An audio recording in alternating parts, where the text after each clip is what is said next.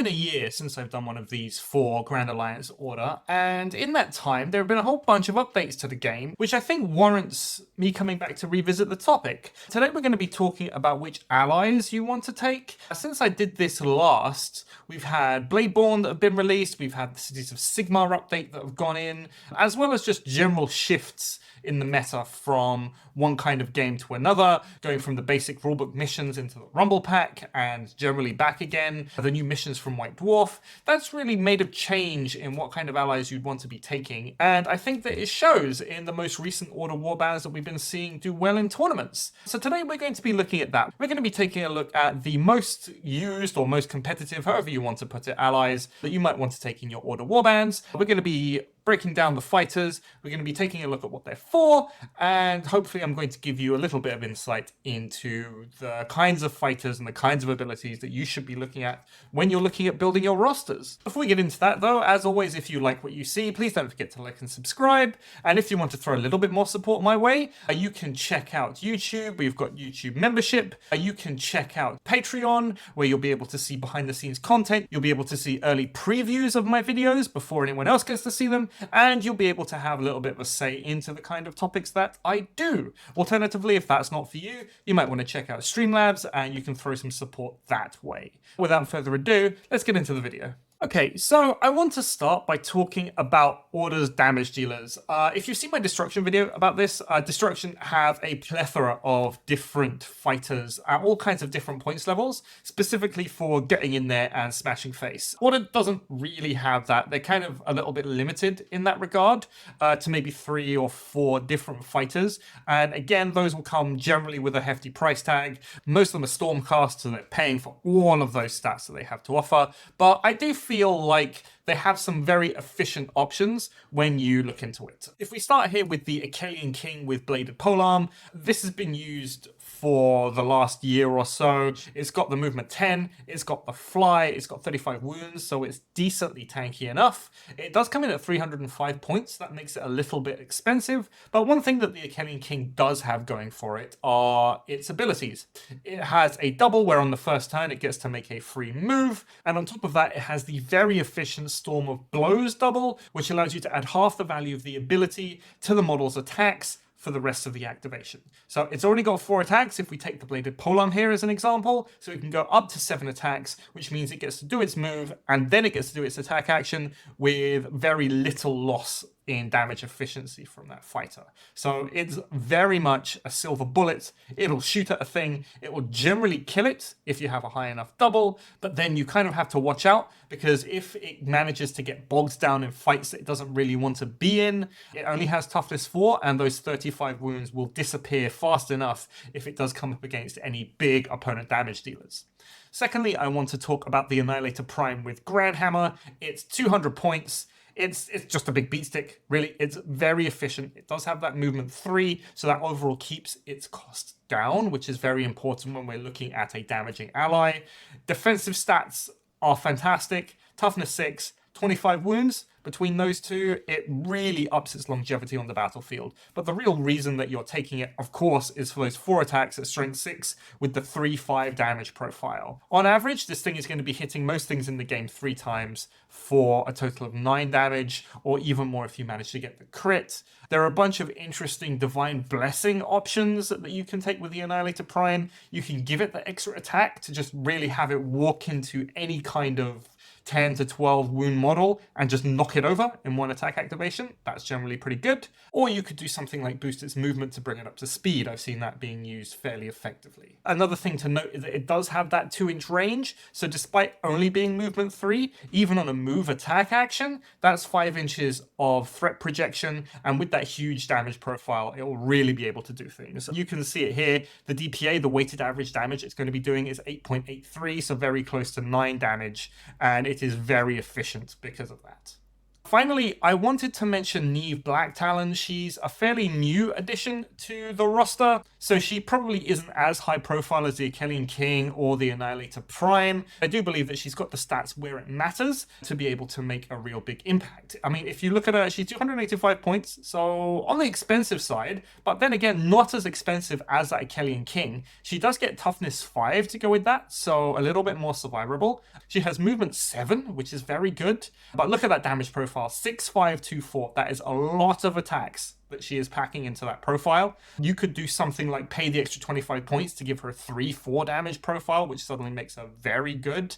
I think it's that combination of a high amount of attacks and the strength 5, which you generally don't see among characters, that really allows her to just walk into a thing, wound it mostly on 3s, and just knock it over. If you do want range damage, she does have that 10-inch ranged attack, 3 attack, strength 4, 1-4. It's okay, but really you're looking at her for her speed, her durability, and the amount of damage she can put on the board. You can see it, I've got it down here, 9.5 weighted average damage that she'll be doing. It's very good, and I think you could do a lot worse than bringing Neve. Secondly, what Order does have is they have a number of very interesting action economy pieces. The foremost, I mean, my favorite in this case is Calthea Zandire. She is 210 points. Her stats are fine. 5-4-2-4. She makes a pretty good chaff clearer. She can walk into things like skeletons, into things like Graveguard, and she'll happily knock them over with all of those attacks. She has movement 5, which is a little bit faster than your normal Stormcast, and to be honest, a little bit faster than most of the warbands that she'll be turning up in. She still has the Stormcast toughness 5. She still has a 25 wounds, which is real good. But what she's got is the Imperator Prime's coordinated strike. So what we're going to be doing is picking a number of visible friendly fighters equal to half the value of this ability, rounding up within 9 inches. Those fighters make a bonus move or a bonus attack, and some can make a bonus move and some can make a bonus attack. You get to choose when you do the ability. I probably don't need to tell you how useful of an ability this is. Every 2 additional actions that you're getting during your turn is almost kind of, but not really, the equivalent of an extra fighter activation. As we know, action economy is very important in your games of Warcry. You need to try and get the most out of every single activation of every single one of your fighters, because if you don't manage to do that and you get out-activated by your opponent, or they win the activation economy game, generally that's a very easy way to lose your games. Calthea goes a long way to countering that, especially if you have fighters with decent ranged attacks. So I'm thinking about things like the Wildercorp Hunter's Arbalister with its 2 shots but a 4-8 damage profile. Maybe things like Wizard Bolts, they only get 2 shots but they got 3-6 damage profiles. We'll be talking about a couple of fighters coming up that might be interested in that. She really allows you to extend out the life and the effectiveness of those pieces by either getting them to where they need to be a lot quicker so they don't need to use their own actions to get there, or by allowing them to attack multiple times when they are in combat and when they are in a position to do the most damage. Linked to this, of course, we have the Kharadron Overlord's Fight for Profit characters. Fight for Profit is very simple. Until the end of the battle round, you're going to be adding 1 to the attacks characteristic of all friendly fighters within 3 inches of the fighter who's using Fight for Profit, and if the guy who's using Fight for Profit either has a treasure or is within 3 inches of an objective, you're going to be adding 2 to those attacks instead. So very much in a similar vein to Calthea, what we're going to be doing is we're going to be using Fight for Profit to get the most out of our existing fighters and to boost their effectiveness beyond what they would normally be able to do. Kharadron Overlords famously do this with their guns. They use things like the Mortar and the Aether Cannon. You can pile Fight for Profit on them, give them an extra 1 or 2 attacks, and suddenly they're going from almost killing a thing to most definitely killing a thing in 1 attack activation. So that allows them to basically kill 2 fighters a turn, whereas normally they would be stuck killing 1 fighter a turn. Kharadron Overlords have a bunch of different characters that you can use for this. They've got very cheap options at 90 points, and then they've got very expensive options at the 255-point Mizzen Master. I kind of like the Aether Chemist. It's a favorite of mine. It's middling in its points value, 155 points. What's really good about it is its range attack. 6-inch range, 6 shots, strength 4, 1-3 damage profile. So if it's 6 shots by itself, just by using Fight for Profit, it gets an extra shot, so it'll go up to 7 shots. If it's next to an objective, it'll go to 8 shots, fire twice. That's 16 shots into something doing 1-3 damage at strength 4. You can use Divine Blessings to boost it to strength 5, so it's wounding most things on 3s. And suddenly we're looking at around about 10 or 12 damage that's actually sticking out of those 16 dice. It's very strong, and yeah, that's kind of why Aether Chemist has become one of my favorite pieces out of Kharadron Overlords. One thing I do want to talk about Fight for Profit, though, is that it's one of the very few abilities in the game that affect both melee and ranged attacks. Most attack boosting or damage boosting abilities are going to be affecting your melee damage, whereas Fight for Profit does both melee and range. So that's really what's solidified the Aether Chemist's role in some of those more shooty warbands. Maybe we're talking about K-Knight Shadowstalkers, Hunters of Huanchi, Wilder Corp Hunters, any of those warbands that do have ranged elements that you want to boost, a Fight for Profit character would generally be very useful. Continuing on the theme of dwarves, Cities of Sigmar had their update very recently, and we got a whole bunch of new dwarf characters and a whole bunch of new dwarf abilities. I picked out the Rune Lord here just because I think for 115 points, it's actually pretty useful. Again, toughness 4, 20 wounds, makes it pretty survivable. 3-4-2-4 damage profile, it's not bad, but what it's got really is two abilities that we're going to be looking at. One is its reaction Grudge Bearers. So when they're targeted by melee attack action, after damage is totaled, but before the fighter's taken down, if the damage is enough to take down the fighter, you can make your reaction, pick another friendly fighter, and then that fighter gets to make a bonus move or bonus attack action. Again, we're really using this fighter to push out your activation economy and to get every little thing out of the other fighters in your warband. In addition to that, it's got what's really the star of the show, the Over My Dead Body double. Until the end of the battle round, this fighter counts as 2 additional fighters when determining which player controls an objective. It counts as 2 additional fighters, so it's going to be totaling 3 fighters. Over My Dead Body can actually stack with itself. So if you manage to get your dwarf onto an objective first, and then on the next turn you want to hold the objective, if you have 2 doubles, what you can do is you can activate your Rune Lord, use Over My Dead Body to make it count as 3 people, then you can wait, activate again, use Over My Dead Body again to have it count as 5 people, and then use your second action with your Rune Lord. So that makes it extremely difficult to be able to win one of those objectives with one of these dwarves on them. The best analogy is probably a Umessin Brute Boss out of Destruction. They have a similar kind of ability when they can lock down objectives, but unlike the Umessin Brute Boss, this basically works on everybody. It doesn't matter the stats of your opponent's models that are sitting on this objective with your dwarf. There are very few warbands that are going to be able to pile 6 or more fighters onto one objective just to counter the one dwarf. POCK! They're turning up more and more in our Order warbands and in our Order builds.